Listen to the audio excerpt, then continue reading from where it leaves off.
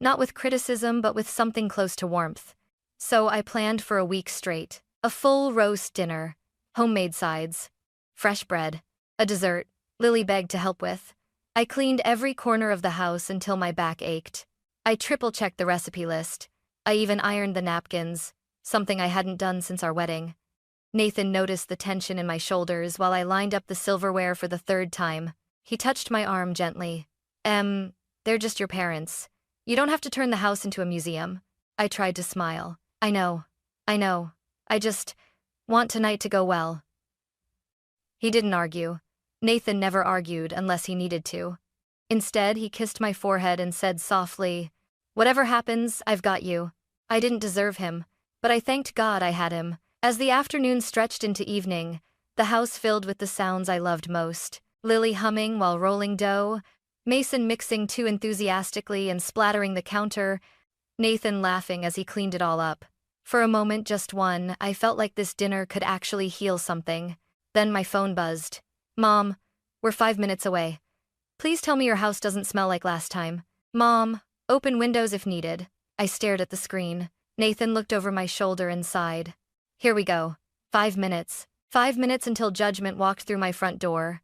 I checked my reflection in the hallway mirror. No flour on my clothes. Hair, neat. Smile. Present, but forced. Lily peeked around the corner, eyes hopeful. "Mommy, do you think Grandma will like the dessert?" I made the swirls extra pretty. My chest tightened.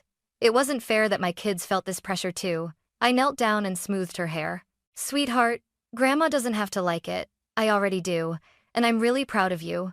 She beamed. It was the kind of expression a child should wear freely, not weighed down by the fear of not being enough. Then the doorbell rang. The sound sliced straight through the air. Nathan whispered, "Babe, breathe." I opened the door. Mom swept in first.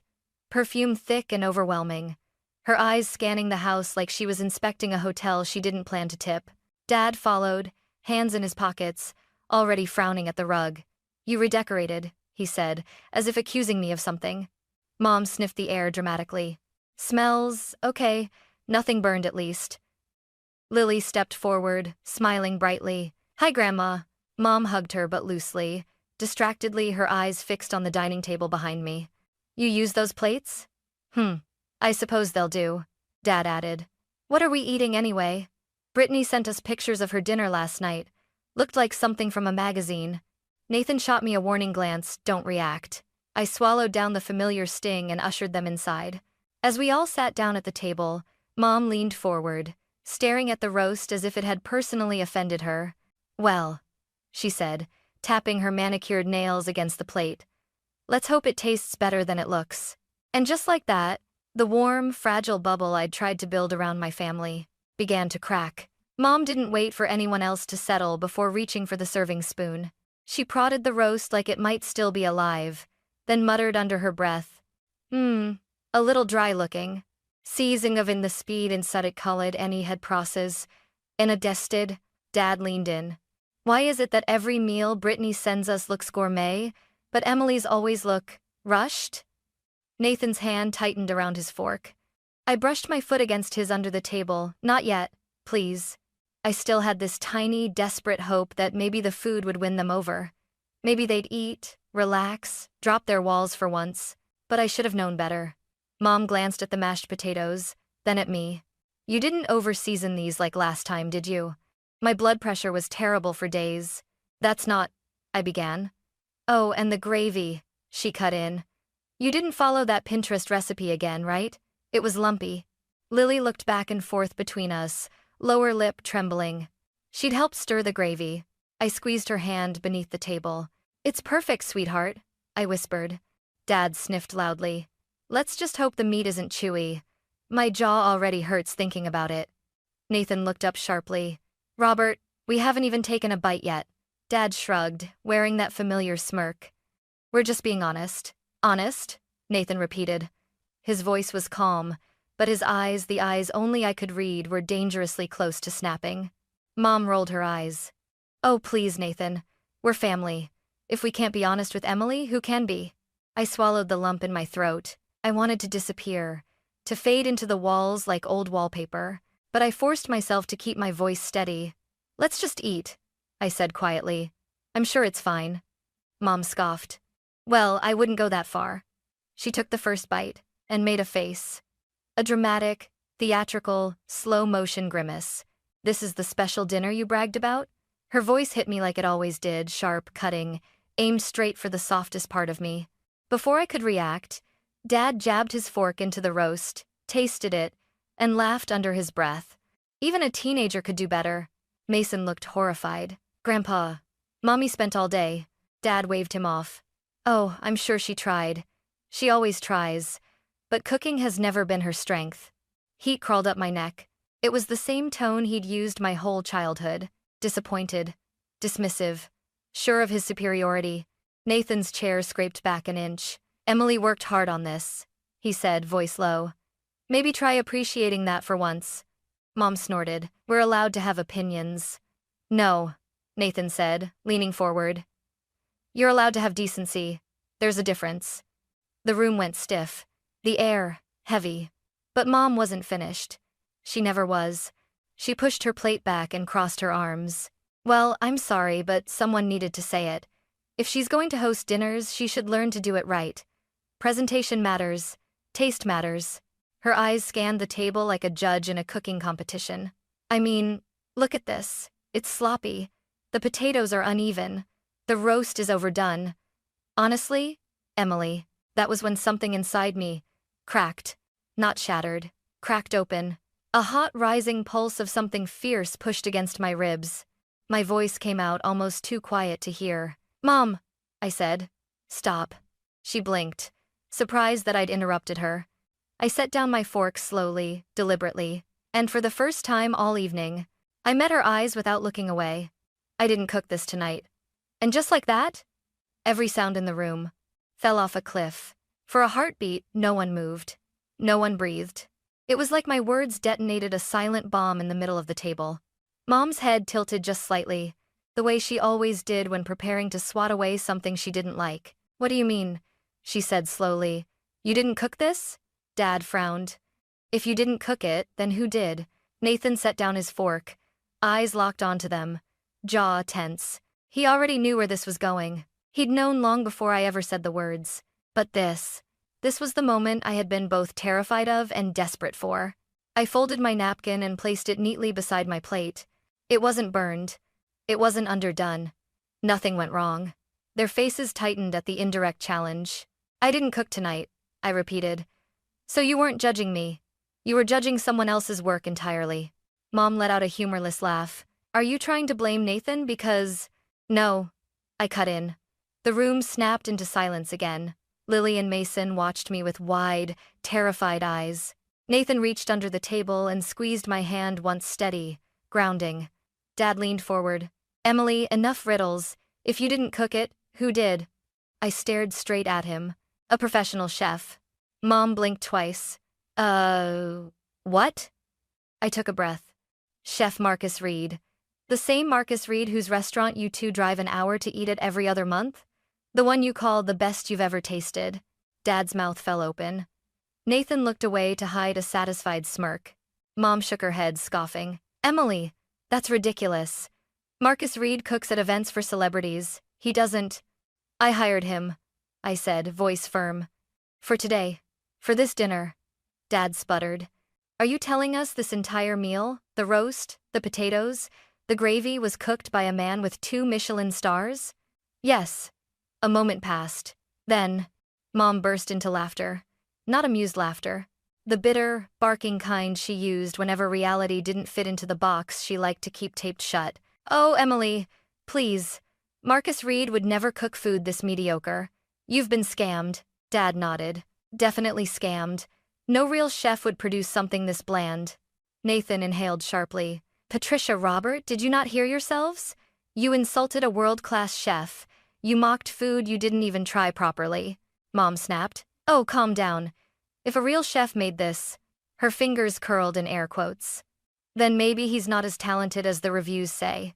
My blood turned cold. Because this was exactly what they did. The rewriting.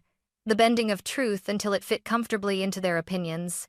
I pushed back my chair. "Fine," I said. You don't have to take my word for it. Nathan stood with me, pulling something from the counter, an envelope. He handed it to me, and I placed it in front of Mom. What's this? She demanded. The invoice, I said. Signed by Marcus Reed himself, along with the confirmation email, and the dietary adjustments he designed specifically after I told him Dad is cutting down on salt. Dad stiffened. Mom snatched the papers, eyes scanning the signature. Her face drained of color. It was real, all of it. Dad took the invoice from her trembling hands. What? Why would you hire him? Why not just cook it yourself? And there it was. The question. The real question. I felt something inside me finally, blessedly unlock. Because, I said quietly, I wanted one dinner where you couldn't criticize me. One meal where you wouldn't compare me to Brittany. One evening where we could sit as a family without someone taking a shot at me. Nathan's hand closed around my shoulder. Lily reached for my sleeve. Mason leaned into my side. I steadied myself.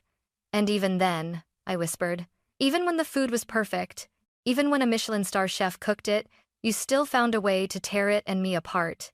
Mom opened her mouth, closed it, opened it again. No sound came out. Dad swallowed hard. The bravado was gone. The arrogance evaporated. I wasn't 9 years old anymore. I wasn't the girl staring at cookies in a trash can. I was a woman, a mother, a wife. And for the first time, I wasn't afraid of disappointing them, because they'd been disappointing me for decades. The room stayed frozen, the truth hanging heavy between us. Then Dad finally whispered, Emily, we didn't know. I met his eyes. That's the problem, I said. You never do. Dad's whisper hung in the air, fragile and shaking, as if the weight of what he'd said surprised even him. Emily, we didn't know. I didn't soften. Not this time. I held his gaze, steady and unblinking. You never try to know. Mom placed the invoice down like it was burning her fingers. That signature could be forged, she said suddenly, voice shrill. People fake celebrity names all the time. Nathan let out a sharp laugh, cold, disbelieving. Patricia, you criticized Marcus Reed, a man whose food you worship. You humiliated your daughter in front of your grandchildren over a meal you hadn't even tasted. Mom shot him a glare. Oh, don't you dare lecture me, Nathan. This is a family matter. No, he said firmly. This is a you matter. Because you've made Emily feel small her entire life and now you're doing it to our kids. Mom's expression hardened. Her chin lifted the way it did whenever she felt cornered. I didn't come here to be attacked. We simply said the dinner wasn't good enough? I cut in. It never is. Nothing I do ever is. Dad sighed loudly, rubbing his forehead. Emily, this is getting dramatic. We weren't attacking you, we were just giving honest feedback. You always overreact. There it was. The phrase he'd used on me since childhood. You always overreact. A silencer. A minimizer. A dismissal wrapped as concern. I felt my jaw clench. Dad, telling your daughter that a teenager could cook better than her is not feedback. It's cruelty. And you've done it my whole life. He dropped his gaze. He didn't deny it. That almost hurt more. Mom inhaled sharply. Well, maybe if you had a thicker skin. Why should I need one with my own parents? I demanded. She flinched. A real, visible flinch. I wasn't yelling. I wasn't crying. I wasn't falling apart. That unsettled her more than anything. Because for the first time, I was calm. Controlled. Certain. Lily's soft voice broke through the tension. Mommy, did Grandma really hurt your feelings?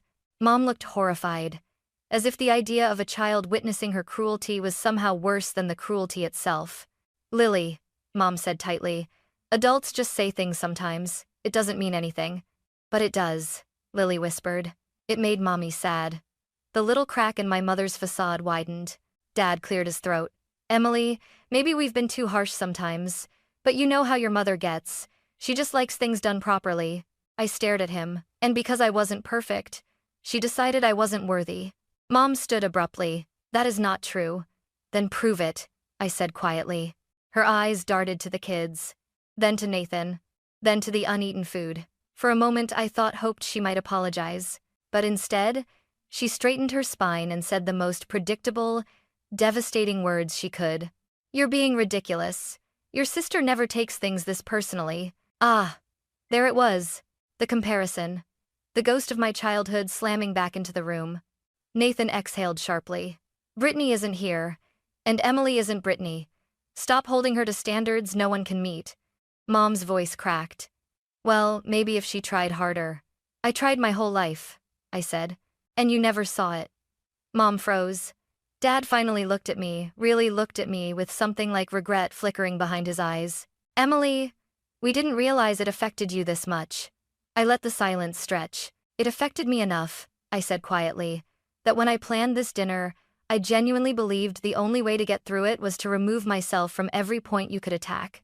So I didn't cook, I didn't season, I didn't plate, I didn't touch a thing. Mom swallowed. And it still wasn't enough for you. Her lips trembled. Just barely. But enough for me to see at the beginning of a crack in the armor she'd worn my whole life. Dad placed a hand on her shoulder, maybe a gesture of comfort, maybe a plea for her to stop, but she didn't. Instead, she whispered, I didn't mean to hurt you. I nodded slowly. But you did. And the truth was finally on the table. Mom's whisper, I didn't mean to hurt you, hung in the air like a thin, trembling thread. For a split second, I almost reached for it, almost believed it, almost let myself fall into the old, familiar pattern of comforting her instead of myself. But then her expression shifted, a flicker of defensiveness, a tightening of her jaw, a flare of pride, and I knew the truth. She wasn't sorry for what she'd done. She was sorry she'd been caught. Dad stood behind her, looking torn, half wanting to defend her, half wanting to agree with me, and fully incapable of doing either. Nathan stepped closer to me, his voice low, grounding. You don't have to keep doing this. Not tonight. But I shook my head. No. I need them to hear this. Mom stiffened as if bracing for impact. Mom, I said, you didn't mean to hurt me. But you never cared if you did. That's the difference. Her lips parted. Emily. No. Let me finish. My heart was beating so loud I felt it in my fingertips. You say you didn't realize how your words affected me. But I did tell you. I told you every time I cried as a child over your comments. I told you when I moved out at 18. I told you when you mocked my major, when you mocked Nathan, when you mocked my parenting. Dad shifted uncomfortably. That wasn't mocking. Nathan, I said, turning to him. He didn't miss a beat. 19 times, he said coldly. Your father made 19 comments about me not being successful enough in the last 2 years. I counted. Dad's face drained of color. Mom sputtered. We were just trying to motivate. By humiliating us? Nathan snapped.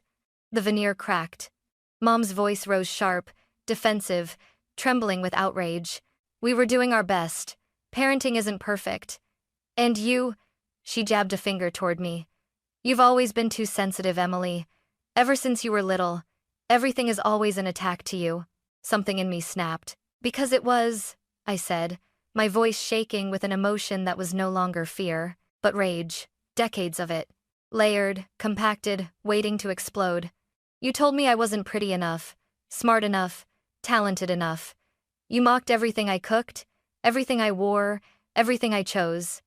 You compared me to Brittany every single time you opened your mouth.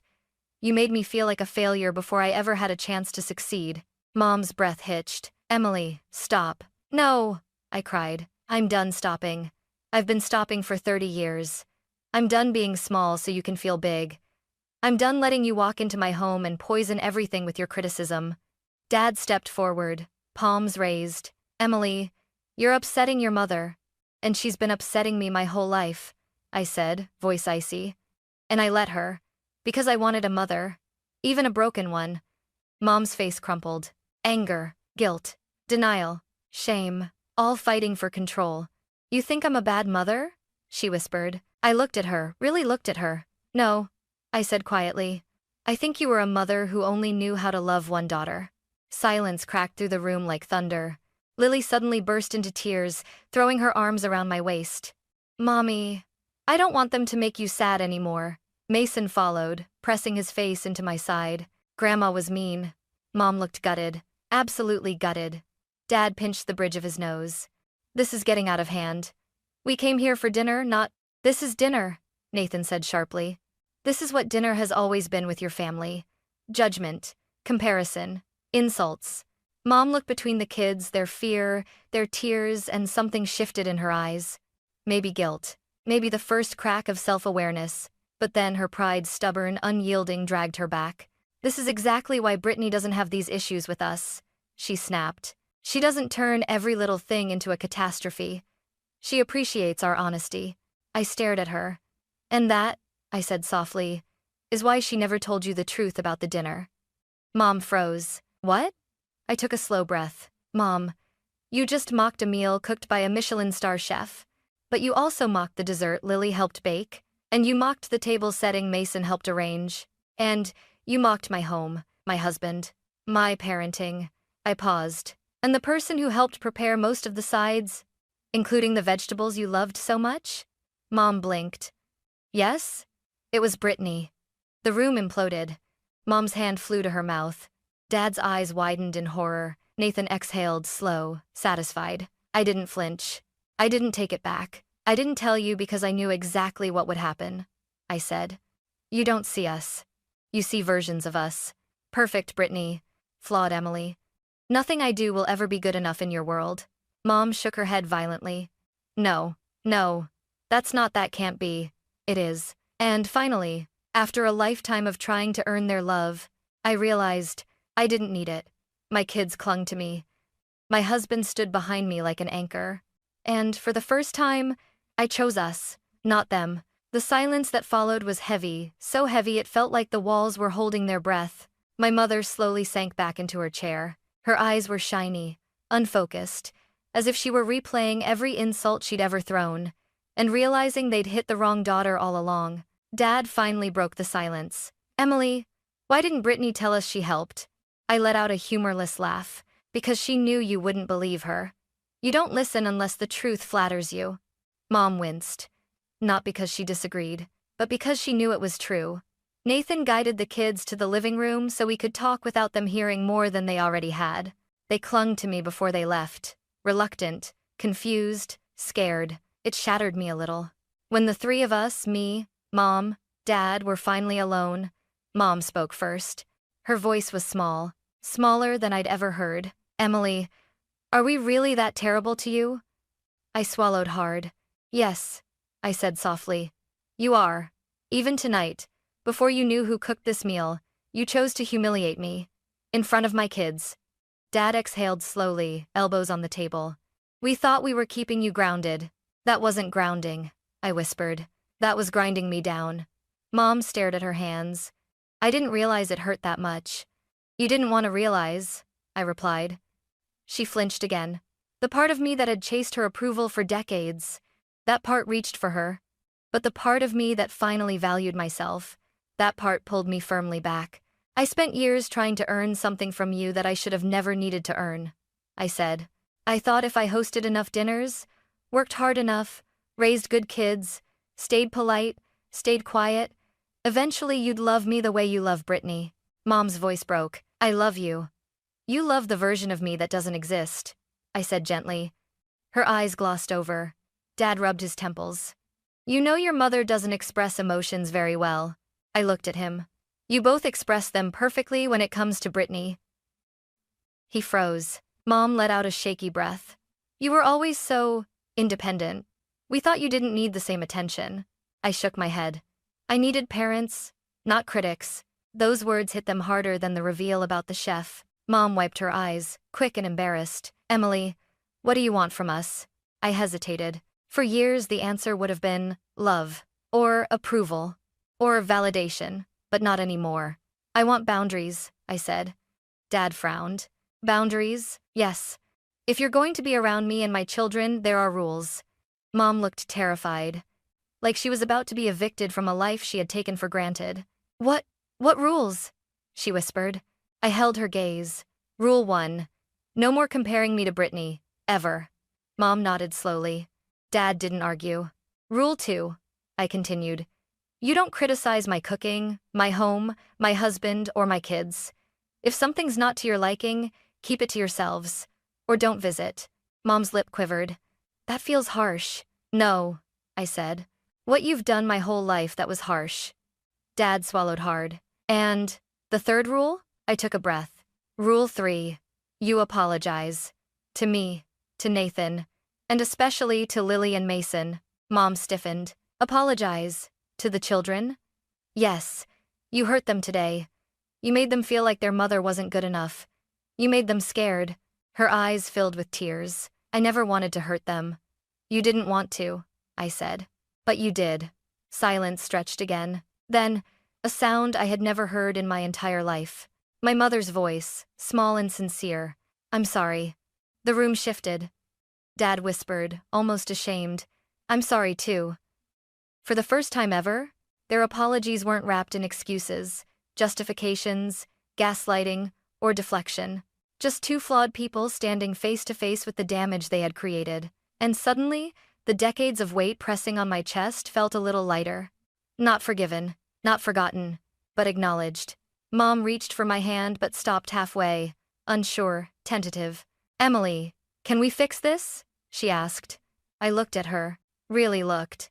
The mother who'd hurt me, the mother who didn't know how to love me, the mother who maybe for the first time wanted to try. Finally I said, maybe. But it starts with honesty. Real honesty. Dad nodded. We want that too. I didn't fully believe them. Not yet. But something inside me, the little girl covered in cookie flour, the young woman trying too hard, the mother determined to protect her children, finally exhaled. For the first time, I saw a possibility. Not certainty. Not safety. But possibility. And sometimes, that's enough to take the next step. In the days that followed, the house felt strangely lighter, as if the walls themselves had released a breath they'd been holding for years. Nathan kept checking on me, brushing my hair back, kissing my forehead, asking, "You okay?" And every time, I answered honestly, "I think I'm getting there." Lily and Mason clung a little tighter than usual, sensing the shift without understanding the whole picture. Kids always know more than we think. 3 days after the dinner, my parents called. I almost didn't pick up, but I did. Dad's voice was softer than I had ever heard it. "Emily, we want to try again. The right way this time." Mom cleared her throat. "And we'd like to apologize properly. To you? To the kids? To Nathan?" Her voice was uneven, uncertain, like someone learning a new language.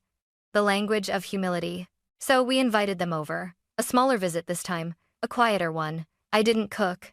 Nathan didn't cook. The kids didn't cook. We ordered pizza. When my parents arrived, Lily hesitated at the door, gripping my hand. I knelt down. "It's okay," I whispered. "You can listen to your feelings. If you want space, you tell Grandma and Grandpa. They'll respect that now." My mom's eyes softened with guilt as she overheard. Inside, we sat around the table. The same table that had held all that pain just nights earlier. But tonight, there were no comments about the food, no critiques about the plates, no comparisons, no tension, just quiet. Then Mom inhaled deeply, clasping her hands in front of her. "Lily, Mason, I owe you both an apology." The kids froze. She continued, voice trembling. "What I said at dinner? It wasn't kind, and it wasn't fair. Your mom is wonderful, and she loves you so much. I'm sorry if I made you feel embarrassed or upset." My breath caught. Dad spoke next, looking directly at Nathan. "And I owe you an apology too. I've made assumptions about you for years, and I was wrong."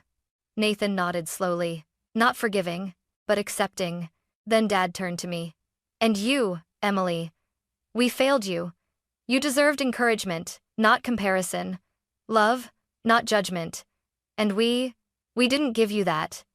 My mother reached across the table, tentatively, carefully, like she was afraid she'd break me again with a single wrong move.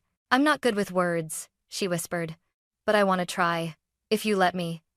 For a moment, for the first time, I saw not the woman who criticized me, but the woman who didn't know how to love a child who wasn't like her. And maybe that was enough to step forward. Just one step. I took her hand, not fully trusting, not fully healed, but willing. And she exhaled in relief. We didn't become a perfect family overnight. We didn't erase decades of hurt in a week. We didn't magically transform into a loving TV commercial family with matching sweaters and synchronized laughter. But we started something. Something real. Something earned. Something honest. Boundaries stayed. Respect stayed. Growth stayed. 2 weeks later, Mom brought over a store-bought pie. She walked in nervously. I didn't bake it, she said quickly, eyes wide. I thought I'd let the professionals handle it. Nathan burst out laughing.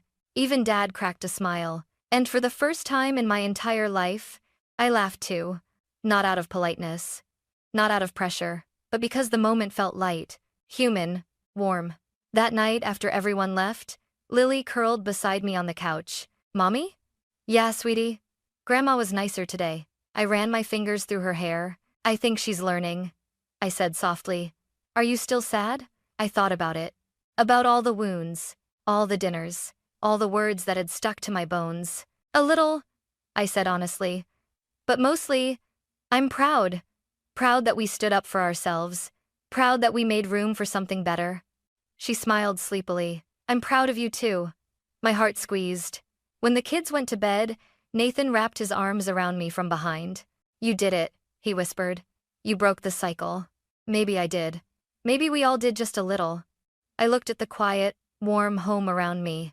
The same walls that had held hurt, now ready to hold healing. And for the first time, a new truth settled gently in my chest.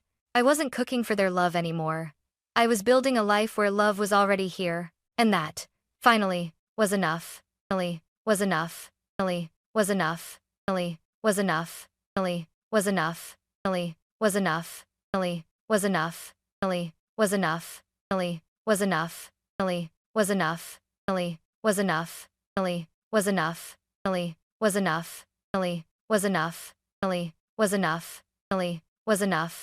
Finally, was enough. Finally, was enough. Finally, was enough. Finally, was enough.